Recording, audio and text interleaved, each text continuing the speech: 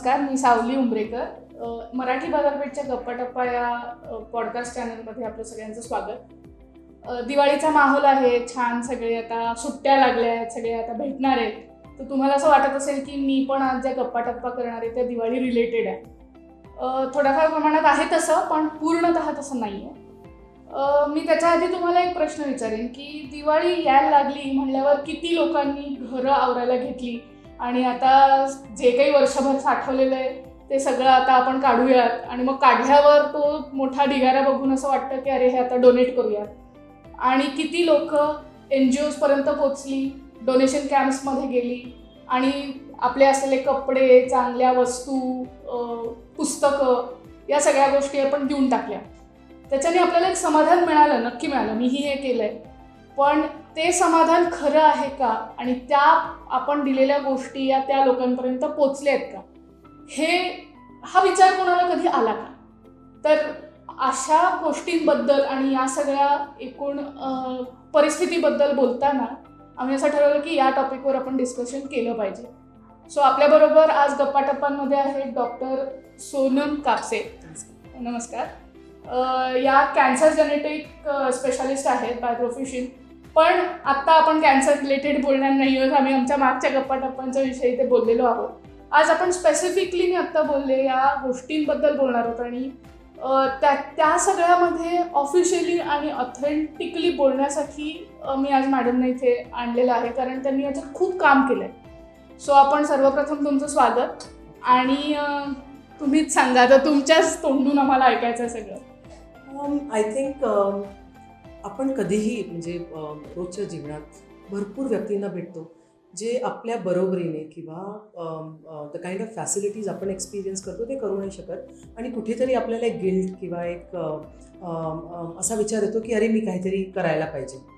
आणि सर्वसामान्य माणसाच्या मनात हा विचार जास्त येतो. म्हणजे गरज नाही आहे की तुम्ही खूप मोठे बिझनेसमॅन किंवा खूप मोठे खानदानी किंवा तुमच्याकडे पैसा असेल, पण हा आपल्या सर्वसामान्य माणसांच्या मनात येणारा सर्वात मोठा विचार आहे की अरे विचार काहीतरी केलं पाहिजे. आणि आपण करतोही. आपण त्यांना काही जेवण द्यायचा प्रयत्न करतो किंवा थोडंफार पैसे द्यायचं किंवा काही कपडे किंवा स्वेटर किंवा छत्री.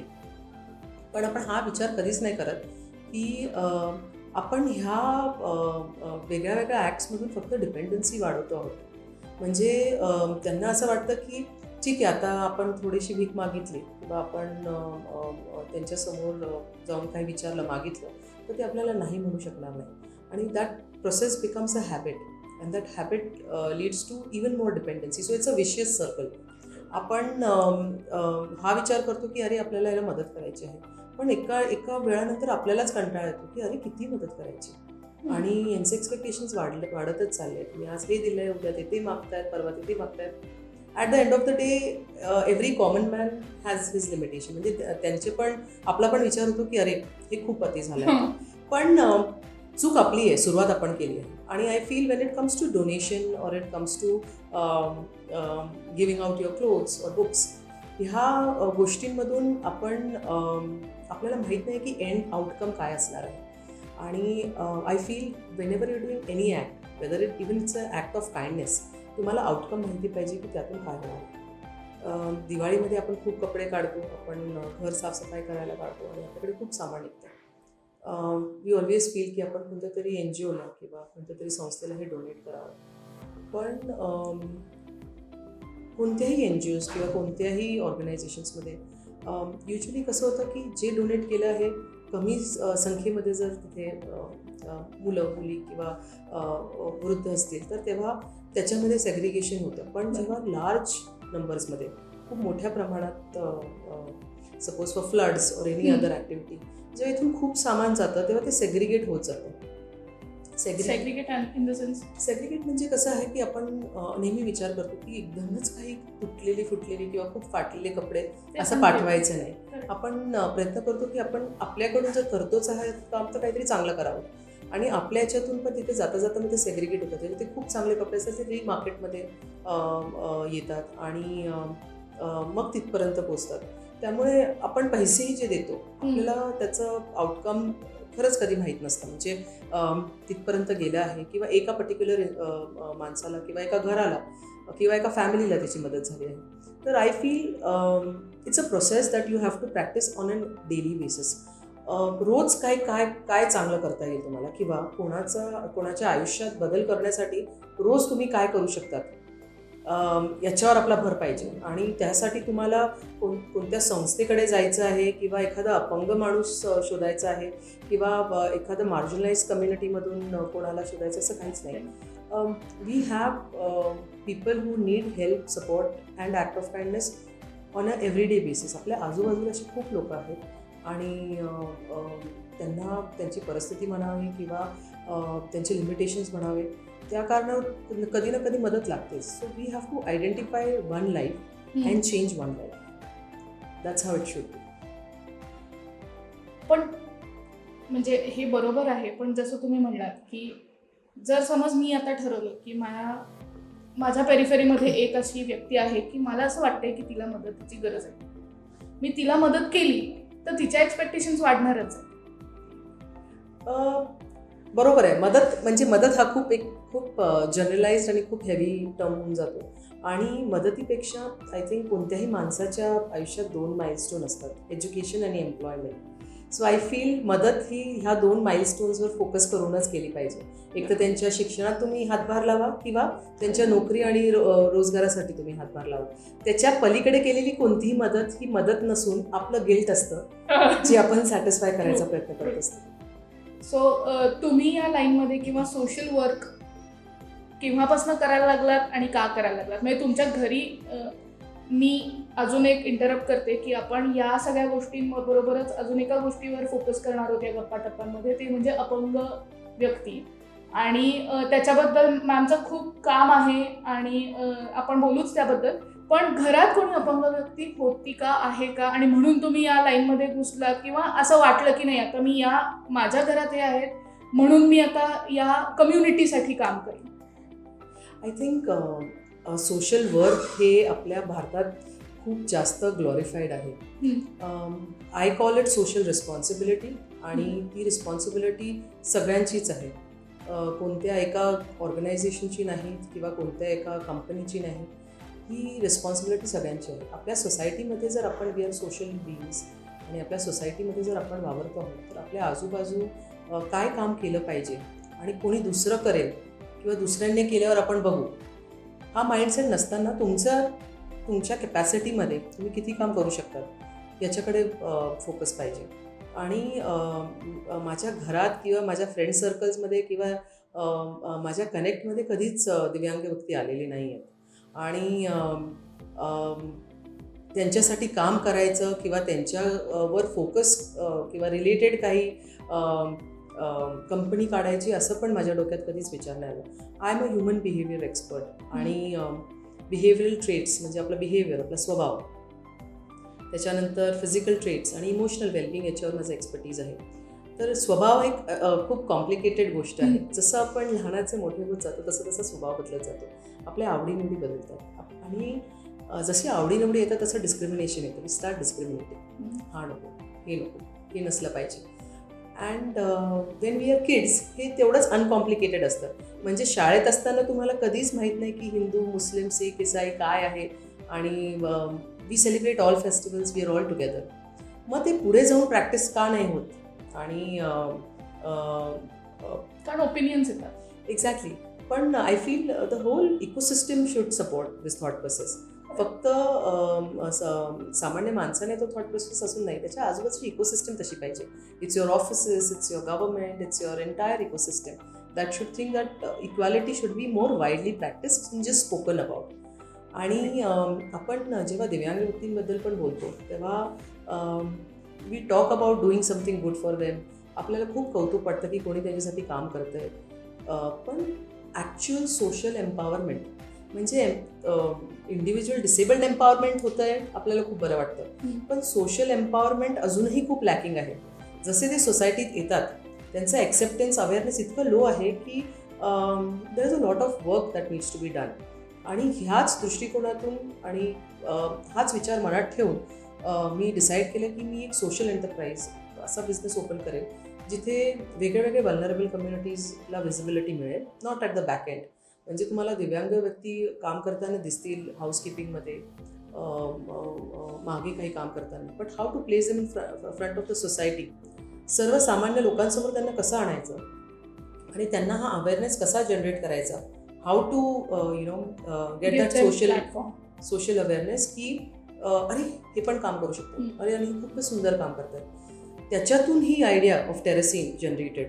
when we spoke about visibility to vulnerabilities and we spoke about ability in every disability, त्यातून टेरेसीन रेस्टॉरंटची ही संकल्पना घडली आणि आय थिंक पुण्यामध्ये खूप सुरेख प्रतिसाद मिळतो आहे. पण म्हणजे आता तिथे काय कन्सेप्ट आहे, म्हणजे ज्यांना माहिती नाही आहे, आम्हाला सगळ्यांना माहिती आहे, पण ज्यांना माहिती नाही आहे त्यांना एक्सप्लेन करा की काय आहे नेमकं हे, कुठे आहे, काय आहे आणि कसं वर्क करतं. Terrasinn restaurant is located on FC रोड, तुकाराम पादुका चौक, आणि it's a national and international award winning restaurant.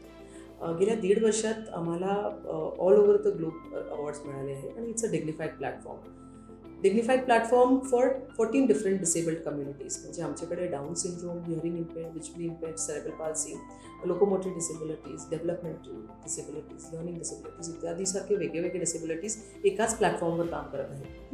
आणि we don't work on sympathy, we work on their strengths. त्यामुळे आम्ही NGO ॲक्टिव्हिटीजमध्ये इन्व्हॉल्व नाही आहोत, आम्ही ट्रस्ट नाही आहोत, आम्ही सेक्शन 8 नाही आहोत. त्यामुळे CSR ॲक्टिव्हिटीजही आमच्या इथे होत नाही. जे काय आम्ही दाखवायचा प्रयत्न करत आहोत based on strength is all based on a sustainable social enterprise and we are a profit making venture today. So I think याचा उद्देश हाच आहे की एक अवेअरनेस जनरेट व्हावा की एक डायव्हर्स मॅन फोर्स आहे इंडियामध्ये आणि ॲज पर वर्ल्ड बँक 3 करोडपेक्षा जास्त डिसेबल्ड इंडिव्हिज्युअल्स आहेत आणि it's a huge number. How to strengthen that manpower and how to skill them and how to place them in dignified platforms is something that we want to showcase through Teresia. म्हणजे जरी ते एक restaurant आहे, त्याच्यातून उद्देश हाच आहे की आपण सोशल इम्पॅक्ट हा लार्जर स्केलवर घडवावा वेगळ्या वेगळ्या इंडस्ट्रीजसाठी. आणि ते तेव्हाच पॉसिबल आहे जेव्हा आपण एका लेजर स्पेसमध्ये असू. रेस्टॉरंटमध्ये तुम्ही निवांत असतात, तुम्हाला अवतीभोवती कोण काम करत आहे, कशा पद्धतीत काम करत आहे याच्याकडे लक्ष जातं. If it was any other space, it would have been a slightly difficult area. पण म्हणजे जसं तुम्ही मगाशी म्हणालात की सिम्पथी नाही, स्ट्रेंथ, बरोबर, म्हणजे त्यांच्या स्ट्रेंथशी आपल्याला हे करायचं. तर हॉटेलमध्ये अशा काही गोष्टी तुम्हाला चेंजेस करायला लागली का, किंवा ट्रेनिंग्स जी असतात ती द्यायला लागली का, की ज्याच्यामुळे, कारण जी ऑडियन्स येणार आहे किंवा कस्टमर्स येणार आहेत ते नॉर्मल आहेत, नॉर्मल इन द सेन्स त्यांना कुठली डिसेबिलिटीज नाही आहेत, सो त्यांच्याशी टॅकल करताना starting from the confidence of the disabled people कसं तुम्ही वर्क केलं? I think again normal is a very glorified term. Disabilities ह्या इनविजिबल पण असू शकतात आणि being short tempered is a invisible disability. रागच कंट्रोल होत नाही. त्यामुळे again every person is a disabled, some or the other we have a shortcomings, की मला झोप येत नाही किंवा मी खूप कॉफी पिते, ह्या सगळ्या गोष्टीचा शॉर्ट कमिंग्स. आणि आय थिंक एकूण एक माणसाला काही ना काही शॉर्ट कमिंग असतात. There is nobody who is perfect.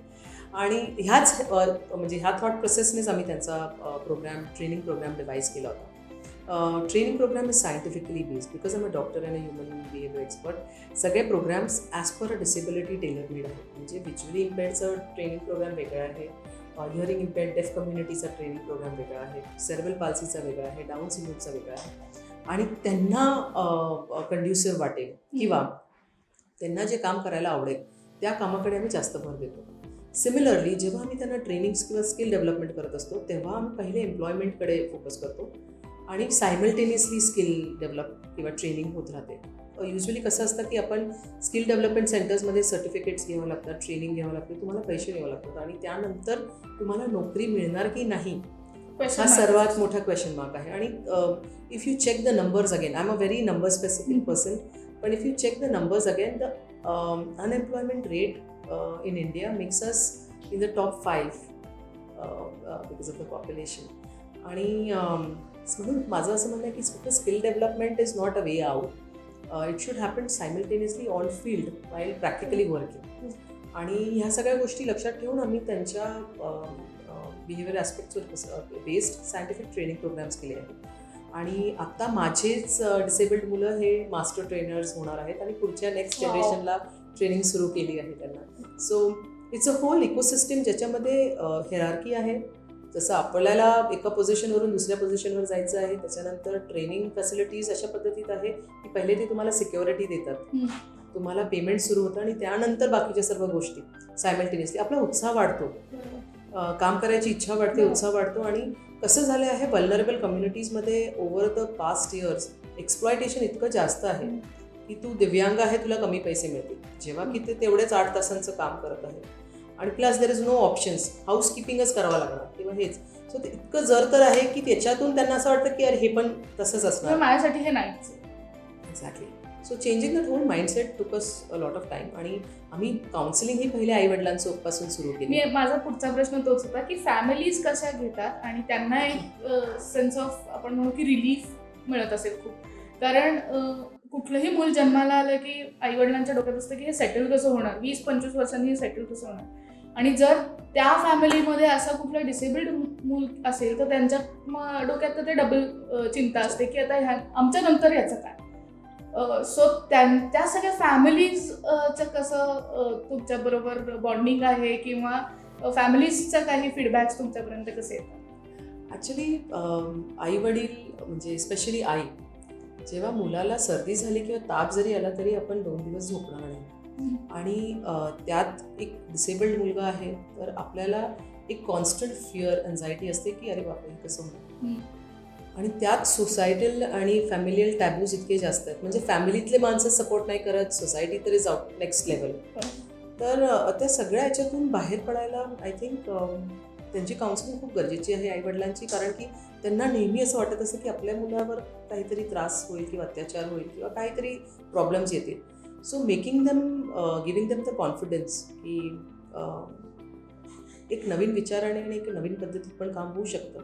We always start with parents आणि त्यांची काउन्सिलिंग झाल्यानंतर during the training and working process they are the first customers who experience their children working. So it's a wow movement. आणि फक्त महाराष्ट्रातूनच नाही तर across India, across the globe we get calls for these training programmes. आणि लोक म्हणतात की तुम्ही आमच्या ऑर्गनायझेशनमध्ये येऊन हे प्लेस करा.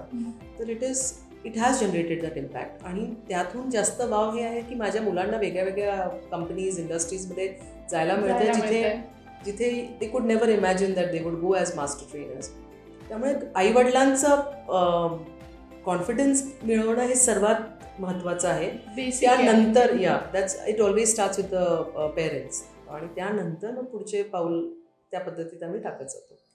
So it's a holistic 360 degree thought process टाकून आणि रिसर्च करून एक 4-5 वर्ष टाईम घेऊन हे सगळं वर्कआउट केलं आहे. कारण की वी यूज टू रिअलाइज की ह्या एरियामध्ये हे लॅकिंग आहे, त्या एरियामध्ये ते लॅकिंग आहे. And parents, the child, individual, the society, the organisations, the employment forums, हे सगळ्या गोष्टी कशा इन सिंक आणावे ह्या सगळ्या गोष्टींचा विचार करून हे लेआउट केलं आहे.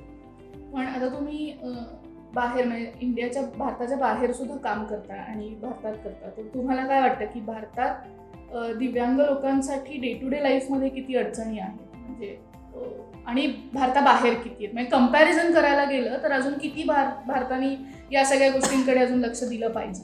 आपण सगळे वेस्टर्नाइज ट्रेंड्स फॉलो करतो.